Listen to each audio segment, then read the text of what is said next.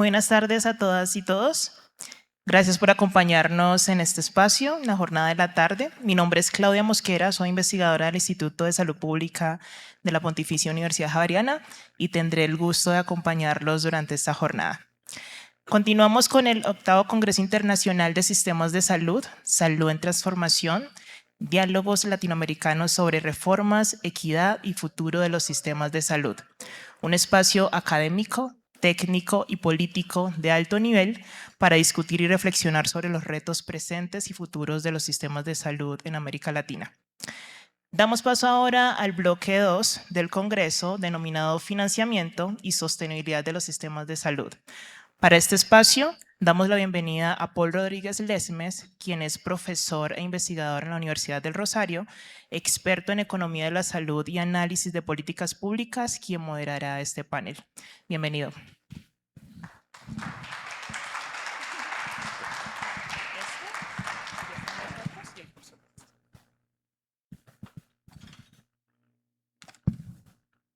Bueno, muchas gracias por sobrevivir al almuerzo, importante. Y este tema, pues, es bien importante, ¿no? Estamos en una odisea de problemas de financiamiento en Colombia, pero hemos escuchado a lo largo de la mañana que esto se repite en varios lugares de nuestra región. Así que por eso terminaré. Si bien hablamos de financiamiento y sostenibilidad, pues vamos a estar hablando de muchas cosas, ¿no? Y no. Son las de Daniel. Son las diapositivas de Daniel Maceira.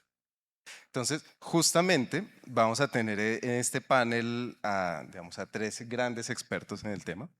Daniel Maceira, que es doctor en Economía por el Boston University, referente latinoamericano en Economía de los Sistemas de Salud. O sea, ha estado presente en todos los grandes eventos para que entendamos desde la academia estos temas. Actualmente es investigador de CONICET y el Centro de Estudios de Estado y Sociedad, el CEDES, además de dirigir el MBA de Salud en la Universidad de San Andrés y ejercer docencia en la Universidad de Buenos Aires. Como él dice, tiene muchas etiquetas detrás. Su trabajo académico y de asistencia técnica se centra en financiamiento, equidad y atención primaria en América Latina. También tendremos a Diana Cárdenas Gamboa, que es economista de la Universidad Nacional de Colombia, maestría en Economía de la Universidad de los Andes y en Políticas e Investigación Social de la University College London, gran universidad.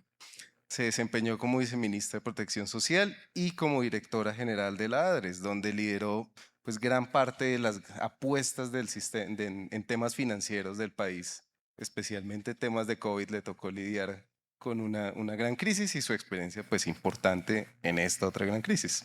Su trayectoria incluye además roles técnicos y de política pública en el Banco Mundial, el Departamento Nacional de Planeación y el Ministerio de Salud y Protección Social.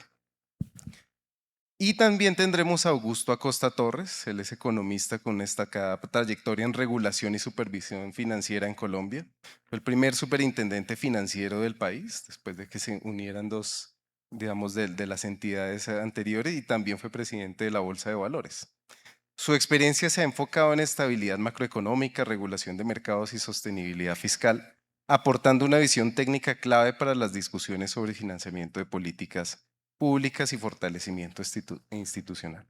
Entonces, con esta nómina de lujo vamos a meternos a este tema del financiamiento y Daniel pues nos va a dar, digamos, el panel introductorio para que tengamos un buen contexto en la región de estos temas. Gracias. ¿Qué tal? Buenas tardes a todas, a todos. Una alegría estar acá. Gracias a la Universidad Javeriana, a la Universidad de Rosario Nacional por la invitación y gracias a ustedes por estar acá después del almuerzo. Así que vamos a conversar un poco sobre financiamiento y sustentabilidad de los sistemas de salud en América Latina. Preparé una pequeña presentación para tener la discusión. Ahí vamos.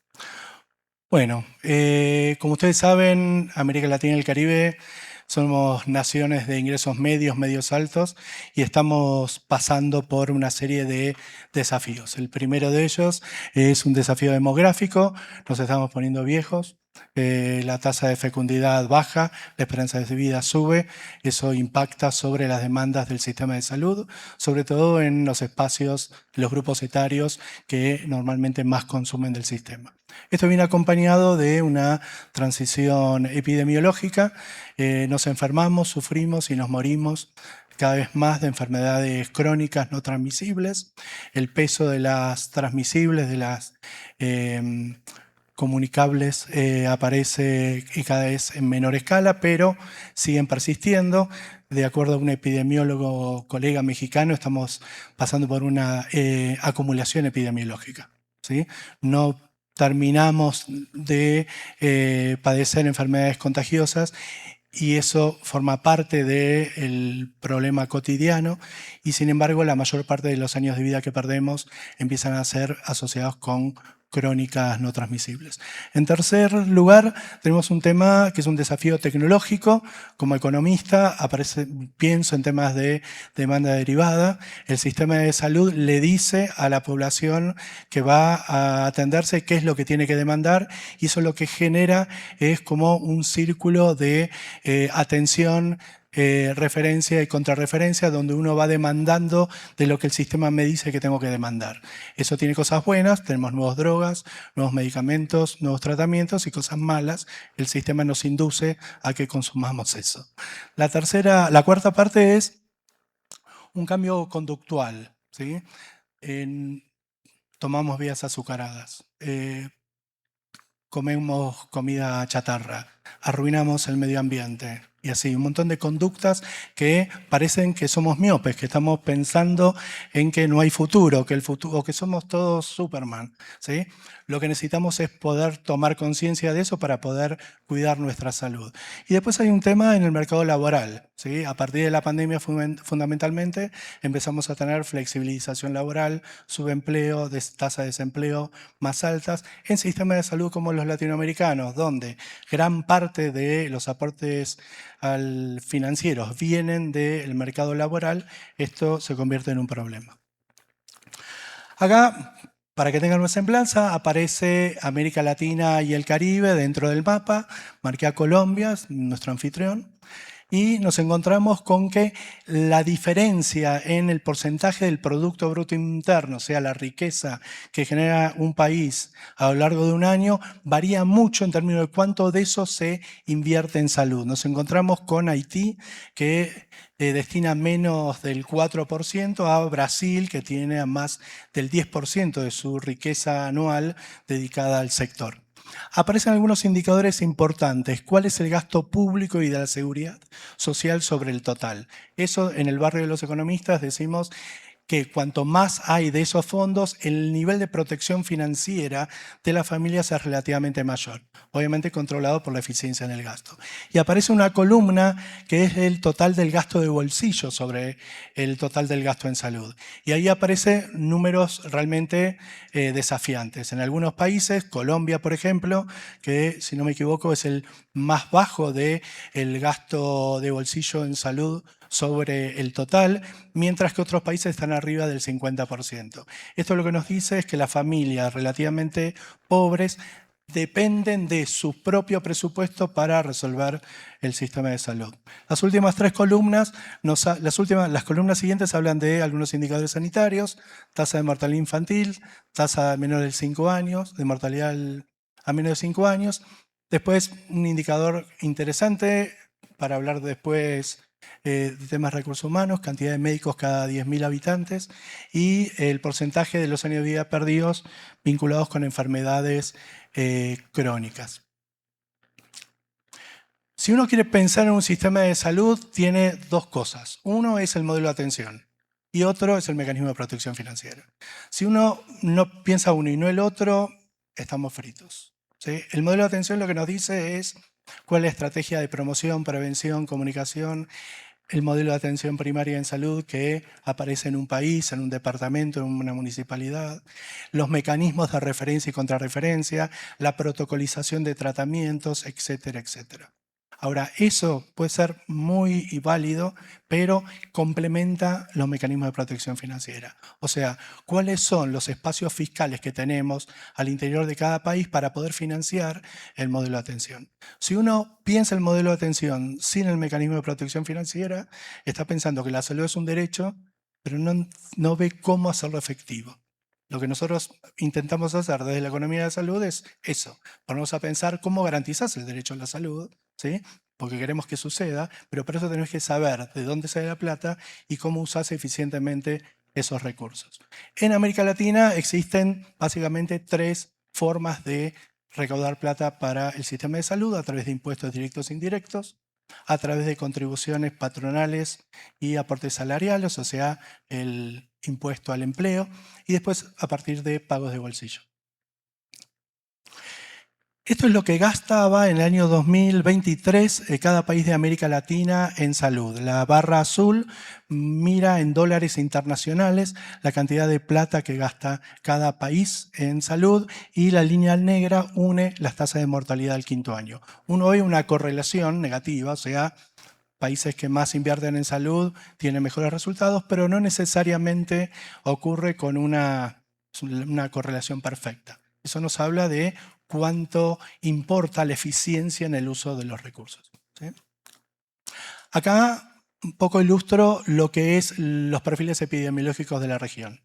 Cada una de las columnas es un país. El 100% es la cantidad de años de vida perdidos sobre el total que tiene por cada una de 3 familias de enfermedades transmisibles en azul abajo, crónicas no transmisibles en Bordeaux, y amarillo accidentes y violencia, ¿sí? Aparece Haití con el 35% de los años de vida perdidos todavía asociados con enfermedades evitables. Y en el otro lado se encuentra Uruguay con menos del 10%. ¿Sí? El peso de esa carga de enfermedad difiere entre países de América Latina, y nos encontramos Colombia en sería la mitad más favorecida en términos de perfil epidemiológico. Esta otra gráfica lo que muestra es cuánto gasta del total por subsector cada uno de los países. Del 100% del total, la parte azul es lo que gasta el sistema público y de aseguramiento social de cada nación. La parte roja es el sector privado, el pago de bolsillos, seguros privados. Y la parte verde es la asistencia internacional. Lo que vemos es Colombia aparece como el 4º país en términos del gasto público y de seguridad social invertido en salud, que es cercano al 70%. Cuando uno ve la trayectoria, lo que muestra es que a lo largo del tiempo el gasto público sobre el total fue creciendo, y sigue apareciendo como los países relativamente más pobres los que más gastan de bolsillo. Eso nos habla de desigualdad, nos habla de que el sistema de salud es hija de las desigualdades en la distribución del ingreso, y que todavía no le es posible encontrar una forma de resolver tal desigualdad. La contracara es el gasto de bolsillo. Sobre el total del gasto en salud para el 2023, ¿cuánto gastaba cada país como gasto de bolsillo, como gasto privado en los hogares? Hoy escuchamos a la mañana nuestra colega de Guatemala que nos hablaba de que en ese país casi más del 50% del gasto en salud es privado. Tenemos casi llegando al 55%, y en el otro extremo aparece Colombia con menos del 15% del total. Uno puede discutir cómo se mide esto, otro día o más tarde lo podemos hablar. Cuando uno mira un sistema de salud en América Latina, se encuentra con los mismos actores cumpliendo distintos roles, ¿no? Vos tenés el sistema público, el sistema de seguridad social, que tiene distintos formatos. En algunos casos son dependencias del sistema público, en otros están por afuera, como en Uruguay, como en Argentina. Y un sistema privado que tiene seguros, que tiene prestadores privados con y sin fines de lucro, que se combinan formando distintos modelos de atención, que yo categoricé en 3 grupos: público integrado, donde todo depende de una autoridad nacional pública; un típico modelo segmentado, donde tenés un sistema público, uno de seguridad social y un sistema privado; y después un sistema intensivo en contratos, al que yo menciono como aquellos donde tenés una prevalencia del sistema de seguros privados, otros donde hay una participación pública de seguros privados que coactúan, o un sistema mixto donde los mismos actores públicos, seguridad social y privado, existen, pero tienen mecanismos de contratación cruzados. En el mapita nos quedan así. Nos encontramos que los sistemas segmentados, los que están en verde, que son gran parte de los países de nuestra región, con distintos modelos, los que están en amarillo son los sistemas públicos integrados, que van desde países del Caribe inglés, que eran ex colonias inglesas, hasta Cuba o Costa Rica. Los que aparecen en violeta son los países intensivos en contratos. Ahí aparece el Cono Sur y Colombia como países donde tenemos los mismos actores, pero el vínculo entre ellos es diferente, ¿sí?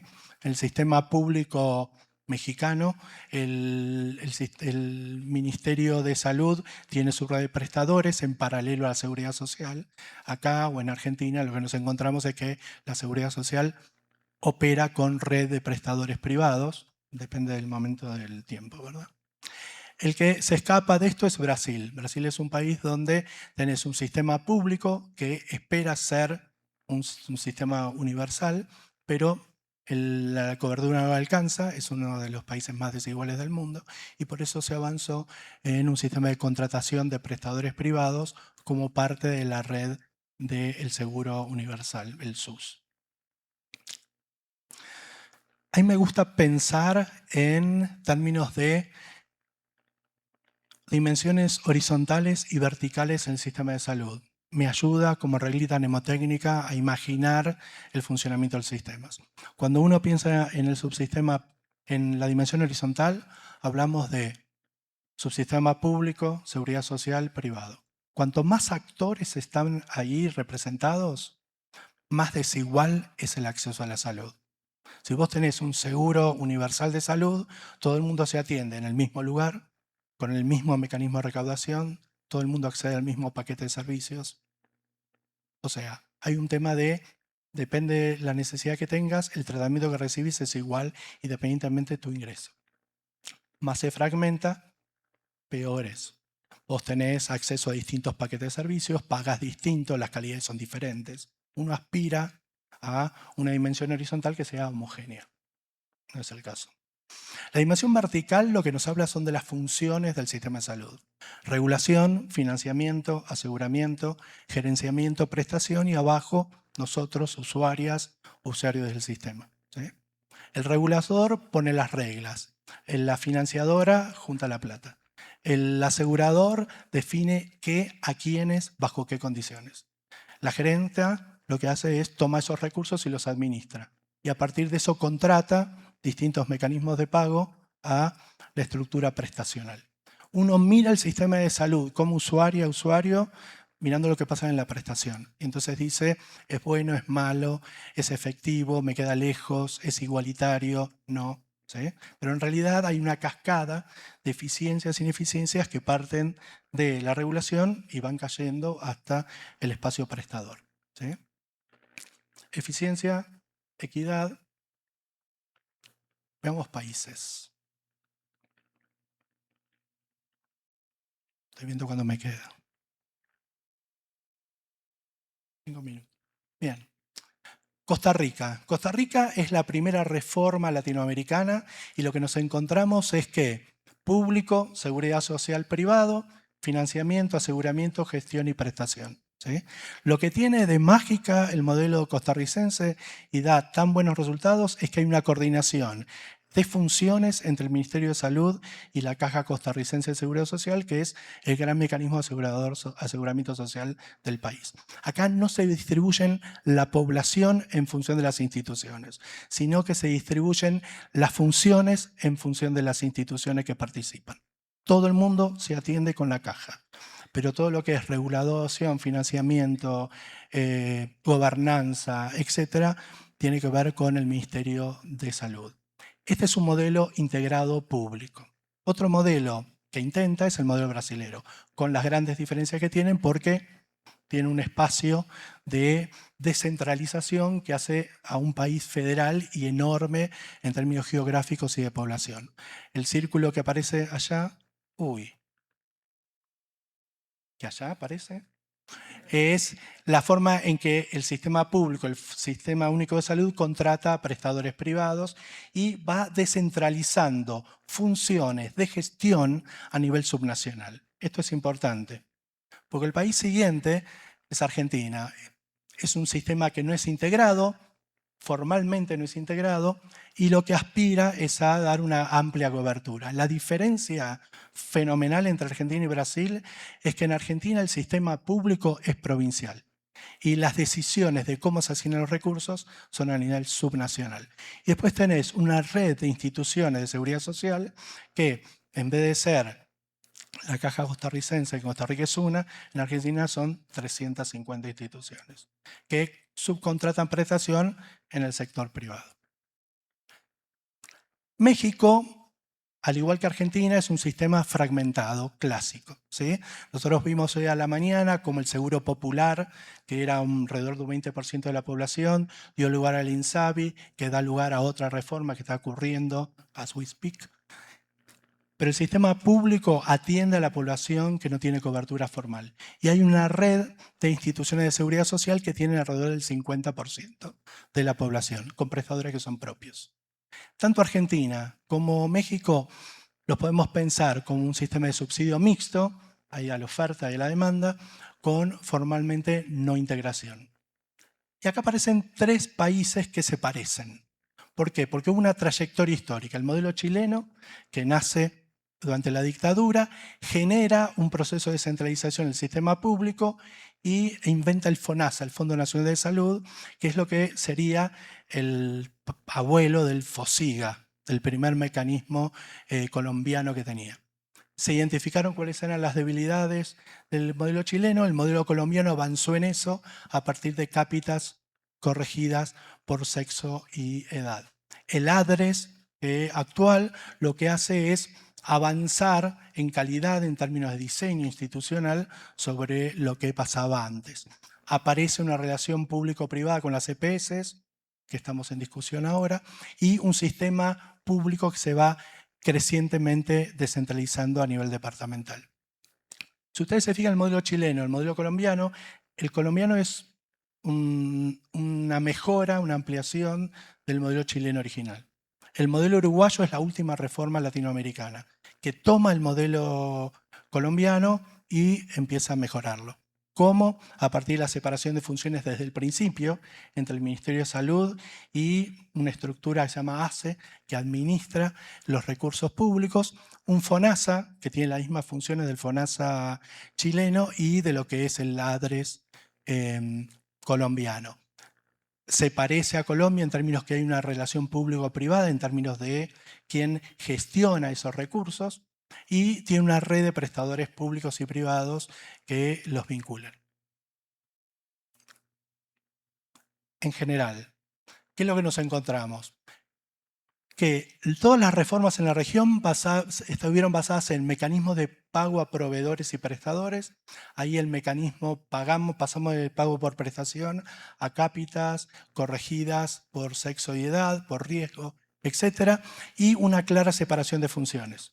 Esa separación de funciones apareció en hospitales de autogestión. El municipio le paga al hospital y separa las funciones. Asociaciones público-privadas, una red pública contrata a una red privada para que preste los servicios. Y la descentralización, que es básicamente también una separación de funciones a nivel geográfico, entre un Estado nacional y los departamentos y los municipios, así. En esos 3 casos vos tenés una separación de funciones. Y la razón de hacerlo es porque vos tenés la capacidad de financiar, el otro ejecuta y vos controlás. La falta de separación de funciones atenta contra la capacidad de control del sistema. ¿Sí? ¿Cuál es el problema que tiene estos mecanismos de separación de funciones? Que demandan algo que en América Latina es limitado y es capacidad de gestión.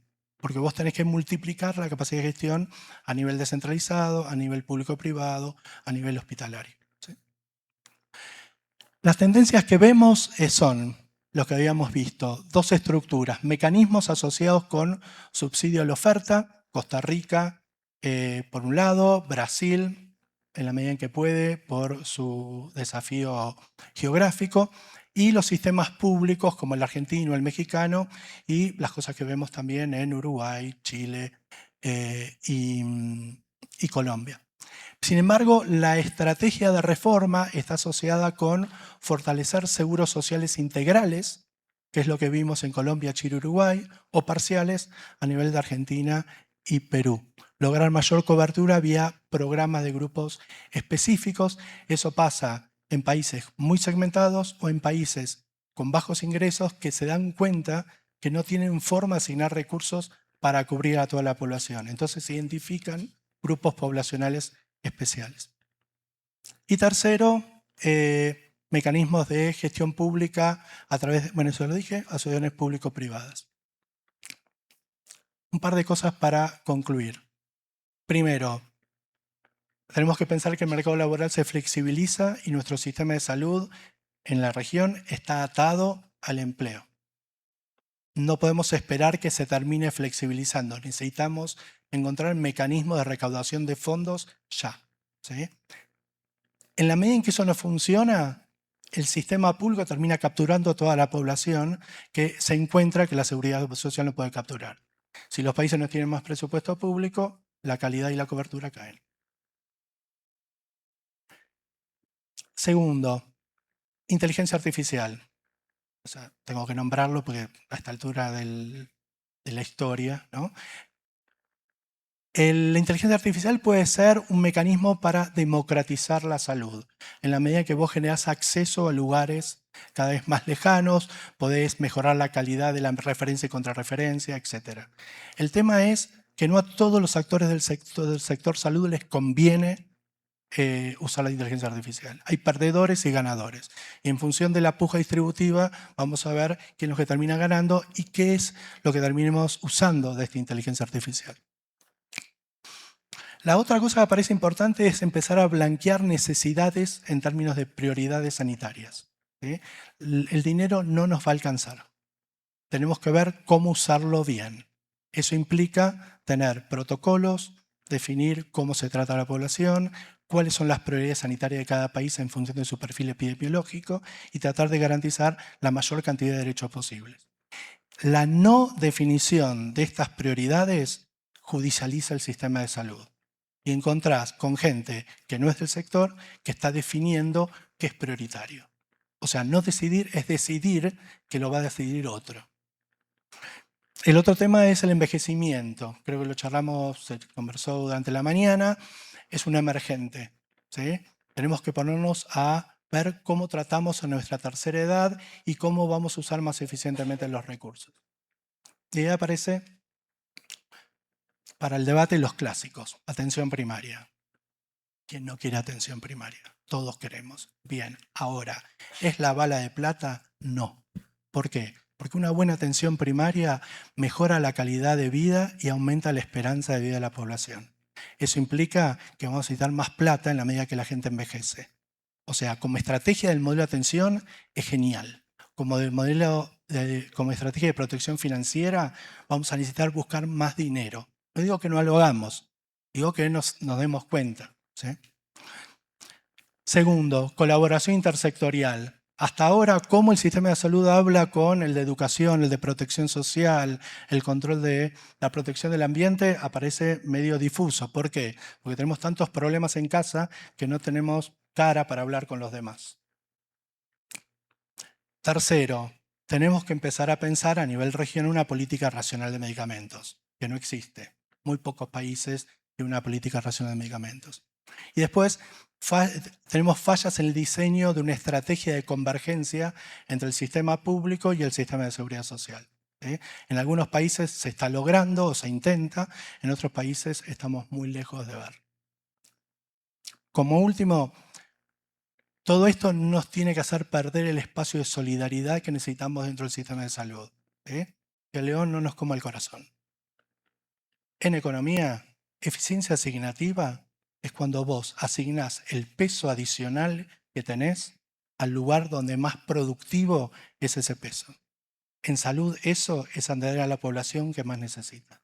Eso es equidad en mi barrio. Muchas gracias.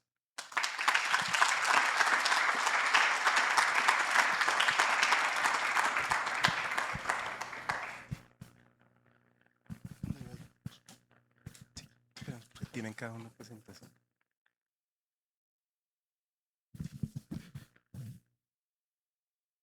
Bueno, muchas gracias por la presentación, Daniel. Creo que nos das una perspectiva general de cómo se abordan digamos, conceptualmente el tema de financiamiento en la región. Ahora sería el turno de Diana Cárdenas. Entiendo que también tienes como una presentación. La pregunta específica para Diana, para que todos lo tengamos en mente, es ¿cómo crees que la información disponible se pueda medir adecuadamente el costo en la salud y hacer un cálculo de la UPC validando técnicamente por la sociedad? Sí, no sé si nos pueden ayudar con la presentación, Diana Cárdenas.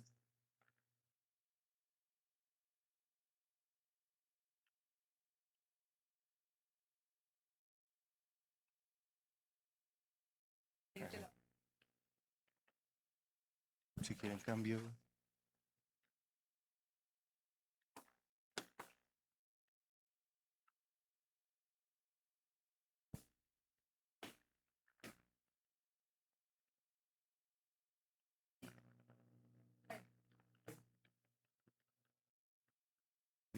No sé si tienen la de Augusto Acosta. ¿Sí? Entonces podríamos, mientras le envían. ¿Sí? Si quieres empecemos con Augusto para que la puedas tener y te quede bien. ¿Sí? Ya que para que la puedas hacer. Sí. No, pero para que quede como, no nos saltemos los temas tranquilo, Augusto. Sí, yo sigo. Bueno. Ya la van cargando mientras que yo...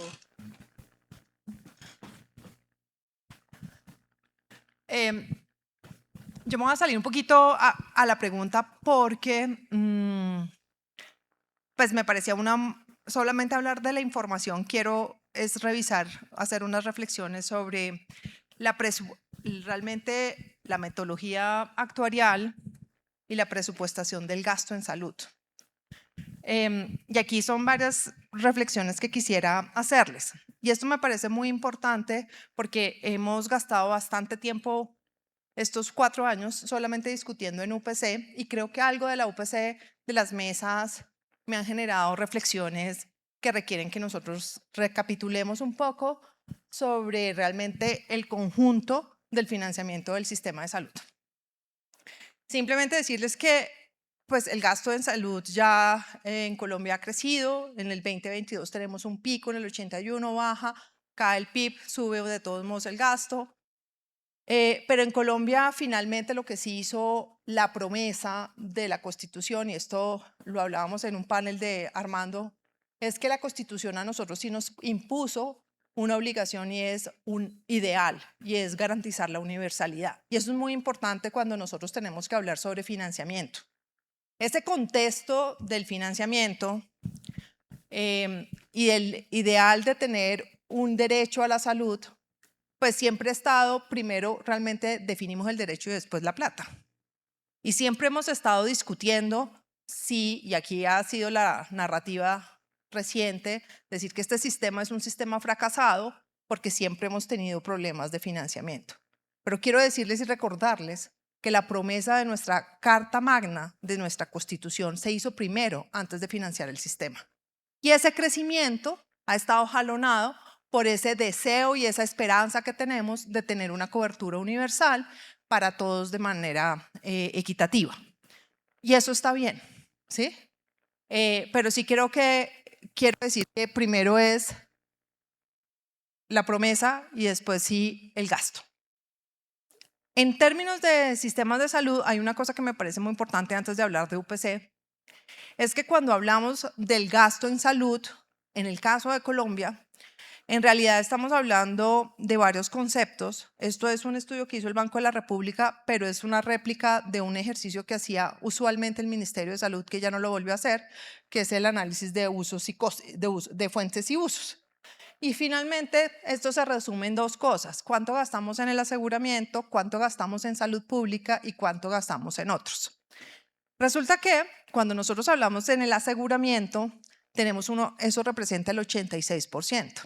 Por eso la definición del gasto o de la UPC, que es lo que más o menos nos va a decir cuánto se vale en ese 86%, es tan importante. Porque cualquier falla en la discusión, pues realmente es que estamos hablando del 86% de los recursos. Pero adicionalmente, durante los últimos 3 años, se han hecho algunas reasignaciones dentro de los componentes de este gasto que en general sí crece, ha crecido tendencialmente por el tema del envejecimiento y el mayor uso de servicios, pero que ese crecimiento proporcional entre aseguramiento, otros, infraestructura pública, inversiones en salud pública, grupos extramurales, pues empiezan a competir. Y la pregunta que uno se debe hacer es, si estamos en una función de una promesa de constitucional, pues lo que debería haber pasado era que la barra completa creciera más, para que las proporciones no compitieran, cosa que no ha pasado, pero tendríamos que analizarlo. Sin embargo, voy a sentarme aquí un poco del 86%, que es el gasto en salud, y dirigido con 3 cosas. En realidad, ese 86% no solamente es UPC, como nuestra Constitución nos dice que primero es el derecho, ¿sí? Entonces, realmente nosotros tenemos 3 mecanismos de financiación, que son recobros, porque toda tecnología que se registra en Colombia puede ser potencialmente utilizada, ¿sí? Eso nos marca una regla, que es decir, cualquier cosa que se quiera prescribir en Colombia tenemos que garantizar cómo la vamos a pagar. Y esa es la tarea del sector público o del gobierno, buscar cómo financia totalmente esa garantía del derecho. Entonces nosotros tenemos 3 mecanismos, que son recobros, presupuestos máximos y UPC, y que finalmente esto funciona para ciertas tecnologías como un círculo que va girando, entran como recobros, después presupuestos máximos y UPC. Esto tiene que ver con la información, ¿sí? Nosotros primero fijamos los gastos. Hay una cosa, y es que el presupuesto de los países, el presupuesto de la nación o el presupuesto de salud es anual, pero realmente las decisiones de gasto son diarias. Entonces eso va a generar siempre una desconexión de cuál es la fuente de financiamiento, y básicamente la lógica es una lógica de este tipo, que es una lógica de tener una fuente de financiación dependiendo de dónde sea la tecnología o en el momento de la decisión de política. Las decisiones de política se toman más despacio a lo que realmente la tecnología está disponible. Y eso tiene un costo y un problema y un desafío. Entonces, en general, cuando nosotros hablamos de algunos de estas 3 fuentes, pues en realidad lo que estamos diciendo es ese 86% está reflejado en estas 3 fuentes. Y estas tienen unas reglas de presupuestación y unas reglas que yo propongo que las miremos. Hoy me voy a sentar un poquito en el tema de UPC y voy a trabajar 3 cosas. En las mesas yo he acompañado a los pacientes en la mesa de UPC. Y algo que me parece importante es empoderar a la sociedad civil a que entienda este tema. Uno de los temas que me parece importante es que al final la UPC hay una información de cuál es el gasto observado, y esto depende de la información de lo que nos reportan las EPS. Hay varias formas de hacerlo, y aquí la discusión creo que debería ser es cómo se complementan las fuentes y no estar minando las fuentes de información. Pero hay 3 cosas que me parecen importantes acá. ¿Cuál es la completitud del dato? Que es una cosa que es bien retadora, es en qué momento yo sé cuándo veo el gasto completo de un año. O sea, cuándo sé qué gastó Colombia durante un año. Y eso tiene unas implicaciones que son retadoras metodológicamente, porque cuando en Colombia una factura prescribe en 10 años, quiere decir que yo puedo seguir viendo un gasto de hace 10 años, 5 años después. Eso es un elemento muy importante. En otro, me parece muy importante son las atipicidades de los datos. Estamos en unas transformaciones de gastos que usos de tecnología que se pueden estar decidiendo que son atípicos, pero que no están incluidos dentro del cálculo. Del gasto observado, vamos a tener varios retos. Uno de los retos es que tenemos factura electrónica, pero desafortunadamente hoy en día las intervenidas no están usando la factura, el JSON, entonces no vamos a tener la bolsa. Pero yo creo que hacia adelante podemos tener decisiones que nos van a ir mejorando lo que se ha hecho en sistemas de información. Esto ha sido un reto. ¿Cómo cojo la información detallada del gasto en Colombia? Ha sido un reto. Y ahí tenemos muchas discusiones, pero creo que la transformación de la factura electrónica con el RIPS nos va a ayudar. Estimaciones de ajustes, inflación, cómo estimamos lo que va a ser el otro año. Entonces los modelos de cierre de tiempo, los modelos de cierre de tiempo tienen una cosa y es que se basan en lo observado. O sea que tienen como un tema de que del promedio hacia adelante. Esto tiene unas consecuencias metodológicas hacia adelante. El tema de la estructura poblacional, cómo la estamos realmente viendo, cómo la capturamos en la transformación, los ajustes de zonas. Y por otro lado, inclusiones realmente hacemos con un impacto presupuestal que yo creo que puede ser insuficiente la metodología. ¿Qué pasa con esto? ¿Es suficiente el método actuarial? Pues yo creo que no. ¿Por qué? Primero, porque no estamos realmente capturando el envejecimiento y el impacto. Y realmente no estamos haciendo una proyección plurianual del impacto del envejecimiento. Nosotros no sabemos, o sea, nosotros planeamos un año, pero nosotros no sabemos en 4 años cómo va este efecto del envejecimiento a afectar las necesidades de recursos del sistema. La innovación solamente la vemos cuando la metemos en la actualización, pero no la tenemos planeada y no la tenemos priorizada, por lo tanto no la tenemos financiada realmente. Las expectativas sociales, y es que nos hemos prometido y hemos dicho que vamos a garantizar un estándar de salud y una oportunidad. Tenemos una promesa, por ejemplo, que la cita a especialista, a citas de 3 días, a médico general o especialistas a 15 días. La pregunta es, nunca hemos planteado si tenemos los recursos para financiar ese estándar. Y la incertidumbre. ¿Qué pasa? Tenemos y nos pasó que cuando la meta de inflación no se cumple, que nos ha pasado, pues finalmente entonces proyectamos menos gasto del que necesitamos, ¿sí? Y no tenemos una herramienta para ajustar o para corregir cosas que los países sí tienen. Entonces, uno de los temas muy importantes es muchos países en el sistema inglés tienen una manera de ajustar durante el año. ¿Por qué? Porque los sistemas de salud sí tienen incertidumbres que requieren cómo ajustar. En el sistema colombiano nosotros nos jugamos al presupuesto anual y es el anual y no tenemos cómo corregir. Entonces, esos 4 elementos creo que son elementos que uno debería racionalizar. Con los pacientes hemos hablado mucho sobre las expectativas sociales, realmente digámonos cuánto nos valen las rutas de atención y cumplir los estándares que hemos prometido, porque eso no lo sabemos.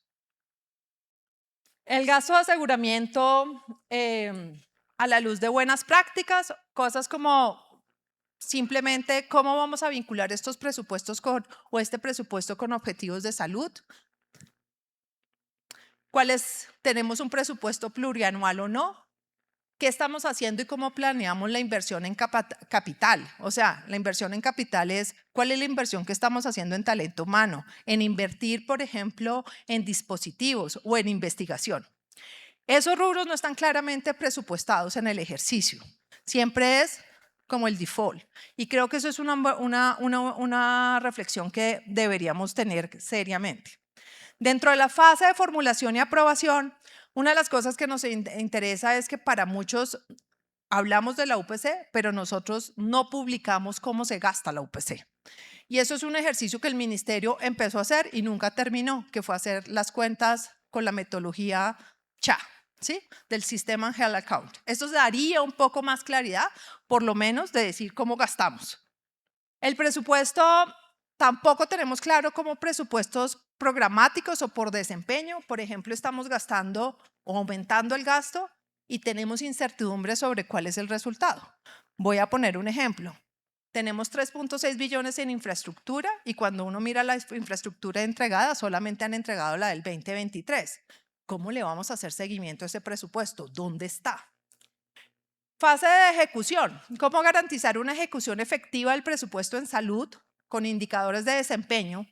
Porque nos hemos concentrado mucho en lo que estamos observando, pero no estamos considerando los logros que estamos alcanzando. Y eso hay que hacerlo más visible en el ejercicio de presupuestación. Entonces, ¿cómo vamos a conciliar la definición de la UPC de presupuesto máximo, que es ese 86%, realmente con un ejercicio de presupuestación un poco más transparente y organizado?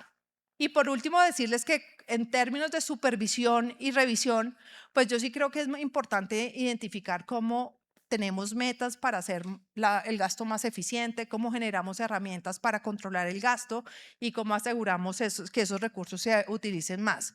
¿Por qué es importante?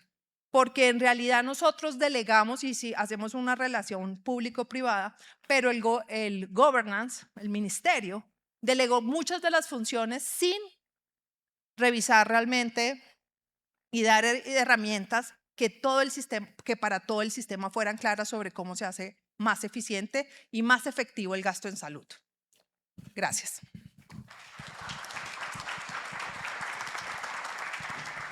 Me pasé un poquito. Bueno, ahora sí, Augusto, muchas gracias. Si puedes pasar al escenario.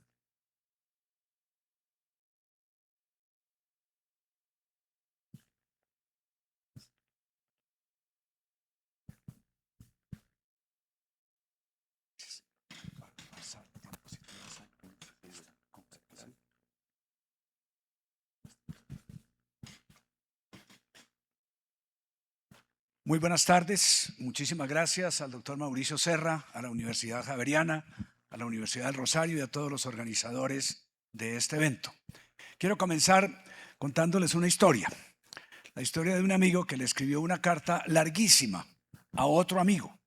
Y al final de la carta le escribió: discúlpame por haberte escrito tan largo, pero es que no tuve tiempo de escribirte corto. Comienzo con esto porque la verdad fue un reto tratar de seleccionar los temas en la enorme universalidad de aspectos que hay por conversar hoy sobre el sistema de salud. Y por eso, para estos 10 minutos, quiero referirme fundamentalmente a 3 aspectos que considero centrales. Uno, cuáles son los hechos que más, creo yo, nos impactan en este momento, fundamentalmente orientados y amarrados a lo que es la falta de financiamiento. Creo que eso es de lo que todos nos quejamos, es lo que se ve todos los días. Anoche, pues, en la televisión estaba la crisis del Instituto Nacional de Cancerología, la crisis de todo lo que es la parte de 60,000 pacientes no atendidos, falta de plata, todo lo que nos quejamos todos los días. Pero hay una serie de temas que están detrás de eso. Y alrededor de ese capítulo quiero referirme entonces a las entidades que en los últimos años han sido la síntesis de lo que es el resultado, digamos, precisamente financiero del sistema de salud, que son las EPS. Y están allí en la mitad porque pues, son las que en su condición de aseguradoras de manera general reciben recursos, gestionan riesgo y tienen que pagar el costo de la cobertura que dan a sus afiliados. Entonces me voy a referir a las EPS, pero quiero invitarlos a que tratemos, si cabe la palabra, de desespecificar la discusión. Porque nos hemos enfocado mucho en que si se acaban las EPS se resuelve el problema de financiamiento y se resuelve el problema de la gestión del riesgo. Y realmente, por lo que nos acaba de comentar además el doctor Daniel, pues en el mundo hay aseguramiento, hay distintos modelos de aseguramiento, pero el problema de la gestión del riesgo al interior del sistema persiste. Y es un tema en el cual siempre tenemos que estar presentes con independencia de alguna manera de lo que es la estructura institucional. Entonces, primero le voy a dedicar 6 minutos, que espero que no sean más que esos, a ver los hechos relacionados con ese resultado, a hacer 2 comentarios muy concretos sobre el modelo de riesgo y a dejar algunas inquietudes sobre lo que me parece a mí que es importante para la perspectiva de futuro. ¿Cuáles son los hechos? Lo primero, Aquí tenemos un listado de 26 EPS. 26 EPS que las agrupamos o las agrupé sencillamente sobre la base hoy de cuáles han estado intervenidas, fundamentalmente a partir de los años 22 y 23, cuáles están o están teóricamente en solicitud de retiro y las otras EPS que están funcionando. Para destacar de una manera muy importante lo que fue el crecimiento en número de afiliados de estos grupos de entidades. Y lo destaco para ir anticipando un aspecto muy importante. Y es que no le estamos dando la consideración suficiente dentro del análisis del sistema a los impactos y a las consecuencias derivadas del crecimiento de determinadas entidades en número de afiliados sin que al mismo tiempo crezca la capacidad de administrarlos. Entonces, fíjense ustedes cómo entidades como, para referirme a la que es más evidente, la nueva EPS, en el año 2018 tenía 4.800.000 afiliados. En el 2025 cerró con 11,5 millones de afiliados. Y como ella, varias otras tuvieron un crecimiento importante. El total de entidades intervenidas pasó de 15.600.000 a 23,5 millones de afiliados. Las otras crecieron también de 5.400 a 8, las que están con solicitud de retiro, y las de abajo de 10 a 17 millones. Todas las entidades tuvieron en este periodo del 18 al 25 un crecimiento, pongámoslo de una manera un poco más cruda si se quiere, de clientes. Una empresa que crece sus clientes de esta manera en este periodo de tiempo o es capaz de adecuarse operativamente para administrarlos eficazmente o se quiebra.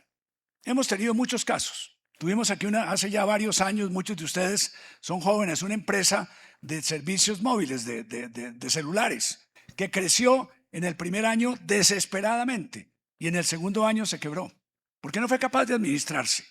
Esto es parte del tema que quiero destacar en primer lugar, que no todo es un tema de financiamiento, no todo es un tema, si bien es muy importante, de baja cantidad o de bajo valor de la UPC o de la prima que se paga, sino que también hay otro tipo de elementos que tenemos que entender si queremos realmente pensar en que hacia el futuro le podamos dar una solución permanente o más que permanente, razonablemente estable a lo que es el funcionamiento del sistema de salud.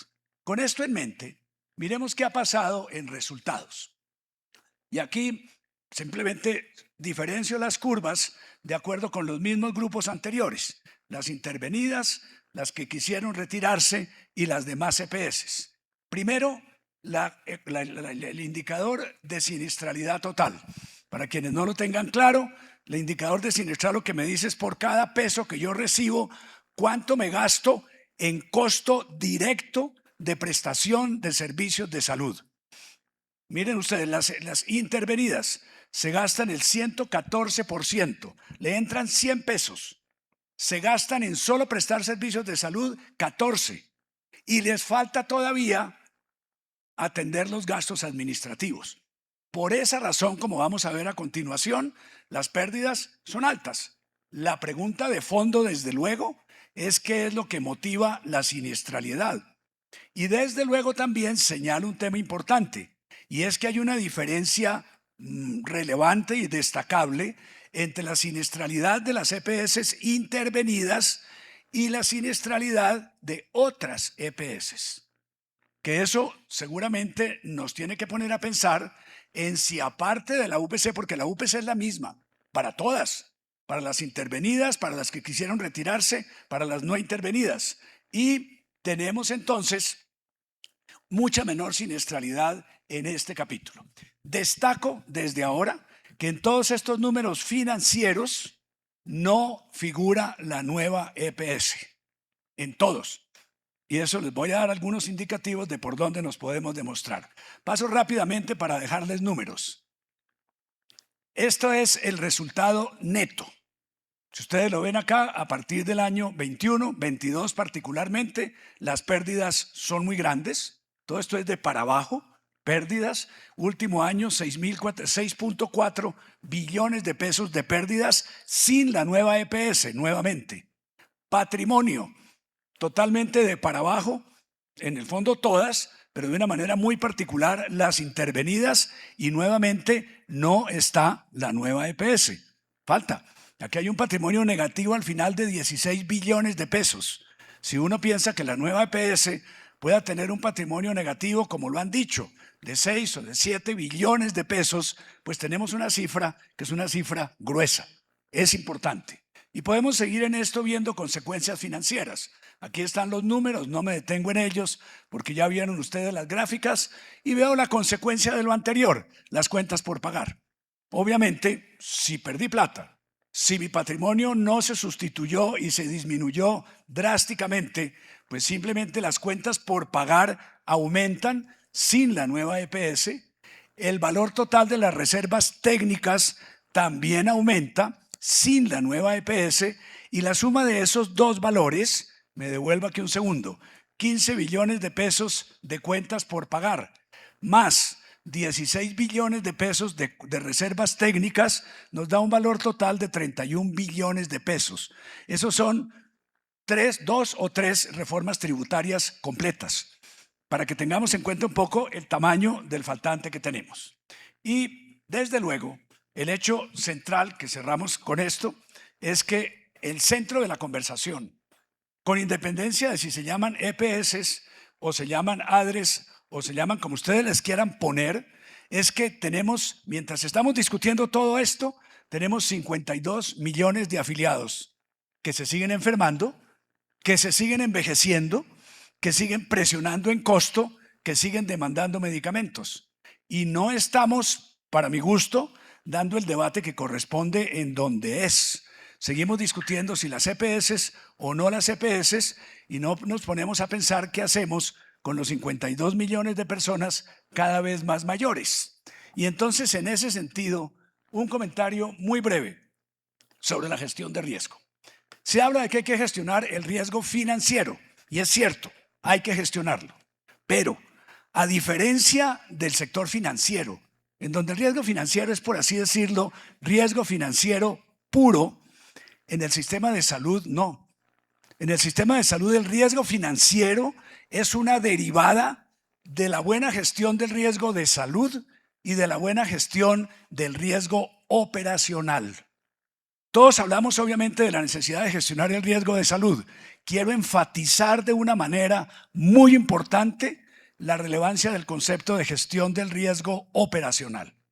Que no hay citas, de acuerdo, pero yo les puedo mostrar estadísticas en donde se evidencia que el 20 o el 25% de las citas disponibles no son asistidas por los pacientes. Y les puedo mostrar evidencia de que en ciudades como Bogotá, en unos hospitales sobran citas de cardiología y en otros faltan enormemente, porque no hay una buena gestión de información, porque no hay gestión de riesgo operacional. Comencemos a pensar en que si queremos gestionar el riesgo financiero, tenemos que gestionar bien el riesgo de salud con todas sus derivadas y el riesgo operacional con todo lo que significa en materia de digitalización y en materia de respaldo para el back office. Y finalmente, la perspectiva de futuro. Quiero dejar 3 ideas sencillamente y termino, doctor, para darle a usted espacio. Primero, desde luego, acabamos de ver unos números enormes. 30 billones sin contar la EPS, sin contar la nueva EPS. El gobierno, el país no tiene esa plata. Entonces tenemos que pensar qué vamos a hacer. No hay duda, punto superior, de que tenemos que poner unos recursos financieros frescos. Hay que darle, por así decirlo, un motor de arranque al sistema. No quiero hablar de números, tengo algunas estimaciones, pero no quiero hablar de números. Pero desde luego hay que comenzar a aflojar la presión financiera. 2, en paralelo con esto, yo no creo que nadie se pueda atrever a desembolsar un cheque, no de 30, hablemos de que nos consigamos 10 billones de pesos. Si giramos un cheque hoy de 10 billones de pesos y lo entregamos al sistema, dentro de 6 meses necesitaremos 20. Porque el tema es que tenemos que tener una gran conciencia de la importancia de la gestión de los riesgos críticos que les comentaba. ¿Cómo gestionamos el riesgo de salud? ¿Cómo gestionamos el riesgo operacional? Porque lo otro es simplemente poner más plata sin resolver. Y tercero, tenemos que resolver una serie de gestión de conflictos de interés y de gobierno corporativo muy importantes al interior del sistema. El doctor Maceira hablaba dentro de su gráfico aquí, este vertical que me gustó mucho, doctor, ¿no? Cómo es el tema el tema de la regulación, el financiamiento y el aseguramiento independientes, etcétera, etcétera. En Colombia, doctor Maceira, y todos lo sabemos, el regulador es el gobierno, el financiador que no paga sus deudas es el gobierno, y el asegurador también es gestionado por el gobierno, porque el gobierno define cuál es la cobertura que debe dar y cuál es la prima que se le debe pagar.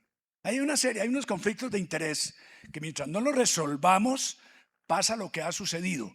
Y es que como a su vez el gobierno ha sido el principal deudor del sistema en materia de recobros en determinado momento, cuando no se cumplía la norma, la regulación puesta por el propio gobierno, entonces cambiamos la regulación. Claro, cumplimos la regulación, pero el sistema sigue sin recursos. 3 elementos entonces: hay que poner unos recursos frescos, hay que hacer y asegurar que podemos hacer una gestión de riesgos críticos por difícil que parezca, y tercero, tenemos que hacernos una pregunta claro sobre si el modelo actual de las EPS funciona o no funciona, pero también sobre el modelo de gobierno corporativo integral, de la forma como hoy está estructurado y gobernado nuestro sistema de salud. Dejo ahí y les agradezco mucho.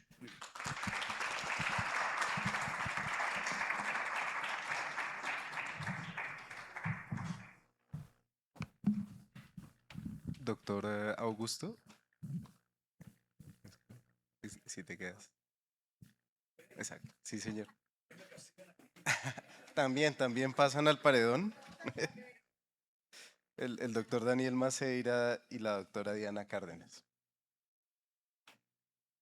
Bueno, ahora la gran pregunta, yo creo que todos estamos esperando después de escuchar de todos estos temas, pues ¿cuál es la recomendación para los primeros 100 días de un gobierno? Quisiera primero que Daniel, viéndolo desde afuera, nos dijera cuál es su mirada como experta internacional a la situación actual financiera del sistema de salud de Colombia.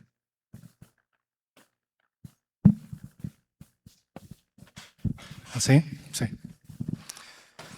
Un poco jugado que alguien desde Argentina venga a decirle al gobierno de Colombia que no sé cuál va a ser, qué tiene que hacer en los primeros 100 días. Toda una trayectoria de arrogancia argenta queda expuesta en lo que vaya a decir ahora. Así que voy a tratar de ser polite. Sí, gracias. Primero, lo que le diría es que tenga cuidado. O sea, en economía decimos que una estrategia es un completo plan de acción, ¿no? Uno tiene que pensar no qué es lo que tiene que hacer primero, sino dónde ve al sistema de salud en 5 o 10 años y empezar a resolver hacia atrás. De modo que lo que primero hagas tenga que ver con una lógica de anclaje con lo próximo y lo siguiente y lo siguiente. Si uno no tiene un plan de hacia dónde quiere ver el sistema en 5 o 10 años, mejor hacelo antes de mover la primera ficha, ¿no? Me parece sobrio, me parece sensato, ¿no? Eso es uno de los primeros temas que le diría a cualquier administración. La otra es que entienda con qué actores del sistema está jugando y cuáles son los intereses de cada uno. Un poco yo lo planteaba, lo planteó el colega acá. Me parece importante poder ver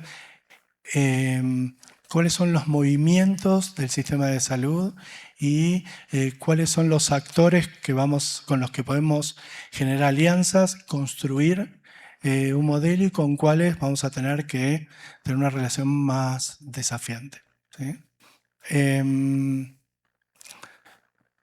La razón por la que pienso esto desde una perspectiva regional es que la mayoría de las reformas que se hicieron no tuvieron estos dos componentes.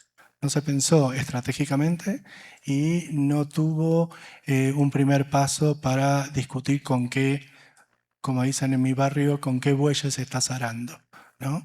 En la medida que esas dos cosas no ocurren, el río es brutal.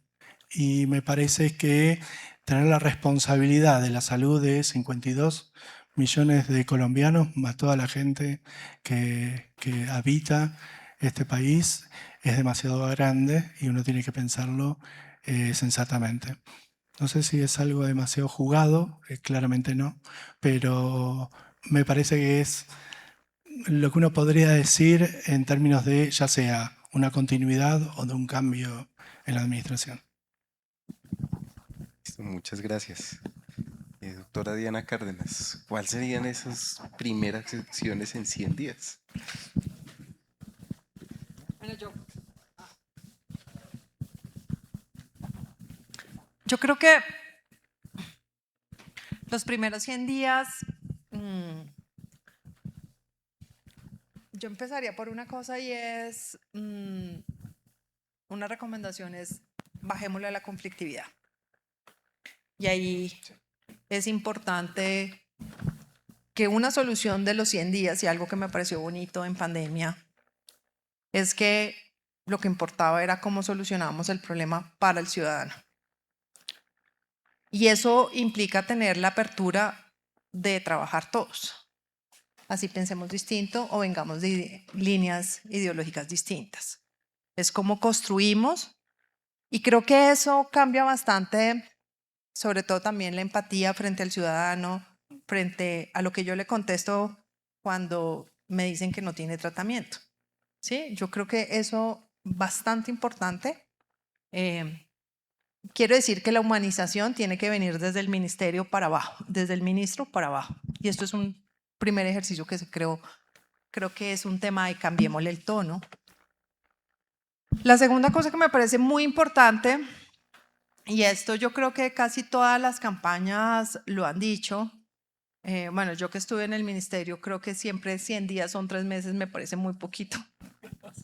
Entonces yo les digo como, ¿por qué no hablamos en una temporalidad más racional?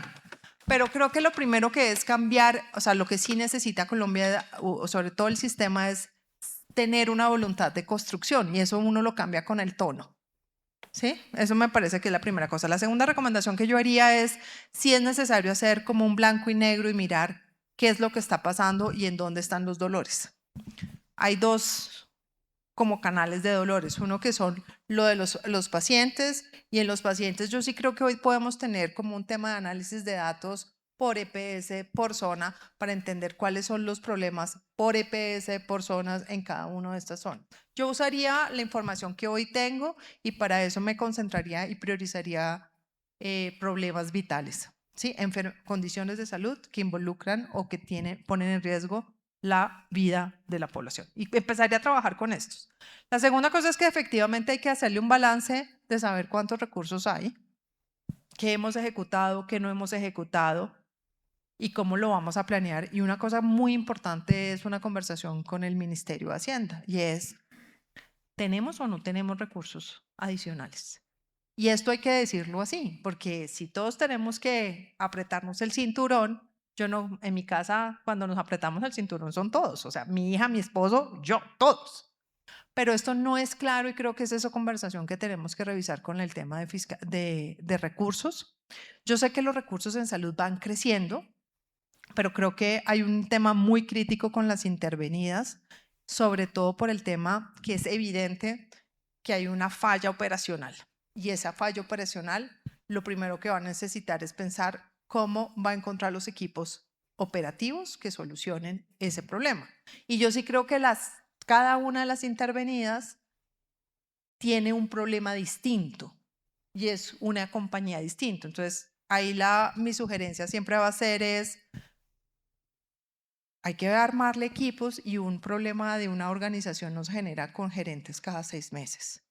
Hay que poner gente con que yo confíe, en que yo puedo gerenciar y que le puedo ayudar a que me gestione el problema al menos los 4 años. Y eso tiene que ser una selección pues de confianza, de credibilidad y de capacidades. Yo creo que son esas tres cosas que diría, pero sobre todo me iría con un tema y es cambiémosle el tono. Muchas gracias. Primero, yo me adhiero fervorosamente a lo que acaban de decir mis dos colegas, tanto Daniel como Diana. De Daniel destaco la importancia de que a pesar de las urgencias, uno pueda tener una visión clara de a dónde quiere llevar al sistema. Si uno no tiene el norte claro, pues uno puede sencillamente comenzar, como decía mi mamá, a dar golpes de ciego, ¿sí? Y no camina, ¿no? Y lo segundo, Diana, de lo que acabas de decir, destaco la importancia de bajarle a la conflictividad y con ello generar confianza y, ¿por qué no utilizar la palabra generar esperanza? Que la gente vea, bueno, todavía no hemos resuelto, pero estamos en el camino de resolver. Creo que ese tema de la actitud es muy importante. Lo tercero, que no se ha comentado, y que sea además que políticamente puede que no tenga mucha viabilidad, pero lo comento porque uno tiene derecho a decir bobadas, ¿sí? Yo los invitaría a que jugáramos estatua legislativa y regulatoria. Colombia se expiden yo no sé cuántas resoluciones circulares de todo tipo, del ministerio, de la superintendencia, leyes en el Congreso. Se nos fueron 4 años discutiendo leyes, nuevas leyes. Y mientras tanto, 52 millones de personas cada vez más desatendidas. Yo creo que mucho de lo que se tiene que hacer se puede hacer con las normas actuales, queriendo ser, eso sí, ejecutivos. Sí me parece importantísimo que el ministerio transmita con toda claridad la decisión de verdaderamente ser el rector del sistema de salud. El sistema de salud no ha tenido un rumbo claro, marcado por un directivo claro. Tiene que existir un líder y el líder está llamado a ser el Ministerio de Salud. Yo creo que ese tema se vuelve muy importante en este momento, que alguien diga, oiga, este personaje le podemos confiar. Tiene un rollo grandísimo, no se va a levantar la plata, pero si la gente cree en su líder, las cosas se comienzan a resolver. Caigamos en cuenta, además, de que hay unos costos ocultos en el sistema que son muy grandes. Yo no sé todavía cómo inventarnos el manejo, pero hay un costo muy oculto en la incertidumbre de cuándo se van a pagar las cuentas de los prestadores, de los laboratorios y de todo este tema. En el momento en que un hospital le va a prestar un servicio a cualquier EPS que tenga malos hábitos de pago, le sube el 20, el 30, hasta el 40%. He conocido hospitales que cuando les proponen un pago inmediato descuentan hasta el 50% del valor total de la deuda. ¿Por qué? Porque ese es el premium que había cobrado en su tarifa en el momento de pagar. Entonces creo que habría que buscar algún mecanismo que permita tener una razonable certidumbre respecto de la fecha de pago, ¿sí? Y desde luego una palabrita que se dice muy fácilmente, pero hay que gerenciar y hay que invitar a todos a que participen, ¿sí? Todo el mundo tiene que participar, pero ponerse uno a regular precios, a poner precios, a sacar unas tarifas generales de toda la cantidad, eso no lleva a ninguna parte. Sencillamente hay que invitar a que la gente pueda aportar siendo más eficaz y más eficiente. Hay experiencias en algunas de las EPS que ven ustedes ahí en el listado que les mostré, que no tienen las pérdidas enormes que tienen algunas de las otras intervenidas. Hay unos resultados financieros, no de rentabilidad, pero sí de sostenibilidad. ¿Y por qué lo hay? Porque han logrado hacer unos equipos muy estructurados con prestadores y con la industria farmacéutica y de dispositivos. Entonces, digamos, creo que tal vez lo sintetizaría diciendo trabajo en equipo, el famoso todos ponen de Antanas Mocus, en donde todo el mundo tenga que decir, venga, yo lo invito, y si vamos poniendo todo y hay esperanza y hay capacidad de diálogo, me parece que se va marcando un camino. Y no puedo dejar de mencionar que sí hay que conseguir una platica fresca. Eso sí, hay que hacerle un cariñito, como se diría, al sector para que pueda comenzar también a recuperar la confianza.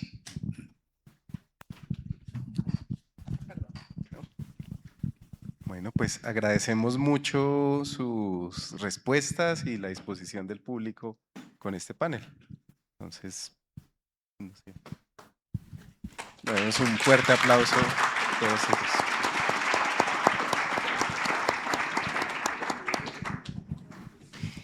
Muchas gracias a nuestros panelistas por sus valiosas contribuciones. Muy amable. Por cuestión de tiempo, las preguntas que han dejado en nuestro QR las estaremos respondiendo y vamos a pasar a un espacio del café donde también podrán conversar con los conferencistas. Les recordamos que en esta pausa estaremos también realizando en el marco del Congreso el concurso de pósteres, en el cual se seleccionarán algunos ganadores por cada categoría. Exactamente, por cada categoría ganará un póster. Las premiaciones las realizaremos el día de mañana al final de la jornada. En esta sesión de la tarde estarán expuestos los pósteres correspondientes al eje de financiamiento y sostenibilidad de los sistemas de salud. En consecuencia, en este bloque les invitamos a que voten únicamente por estos, al igual que los pósteres de la jornada de la mañana sobre gobernanza, para quienes no pudieron visualizarlos. En la parte posterior del auditorio, el equipo organizador les estará proporcionando un papel donde encontrarán para el póster de gobernanza la letra G, y para el póster de financiamiento la letra F, donde podrán marcar en una única ocasión, por favor, votar por el póster que ustedes consideren el ganador. Así que los invitamos a estar en esta dinámica y nos vemos acá en este espacio a las 4 en punto, por favor. Gracias a todos.